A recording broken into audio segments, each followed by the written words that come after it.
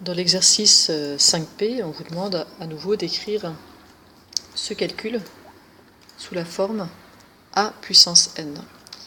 Ici, ni les bases, 32, 6, 3, ni les puissances, 1, 7, 5, ne sont identiques.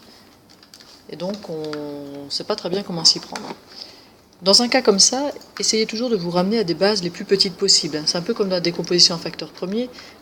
Plus vous aurez des bases petites, plus vous avez des chances de voir des choses communes.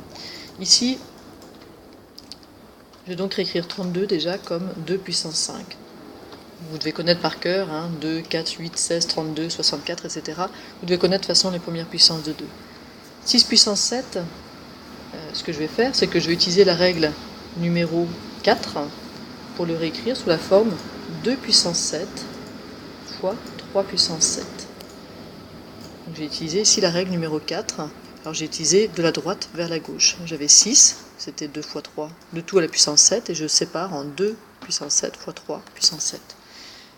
Je continue, le 3 puissance 5, je vais le garder, et regardez que les choses se passent assez bien en fait, puisque maintenant j'ai fait apparaître puissance de 2, puissance de 2, je peux appliquer ma règle numéro 1, ça va me faire 2 puissances, la somme 5 plus 7, ça fait 12. Et puis à droite, dans la partie qui suit, 3 puissance 7 fois 3 puissance 5, j'ai la même base, donc ça va me faire 3, le tout puissance, 7 plus 5, 12. Et comme c'est étonnant, ça marche bien, 2 et 3, c'est pas la même base, mais les puissances tombent bien et font 12.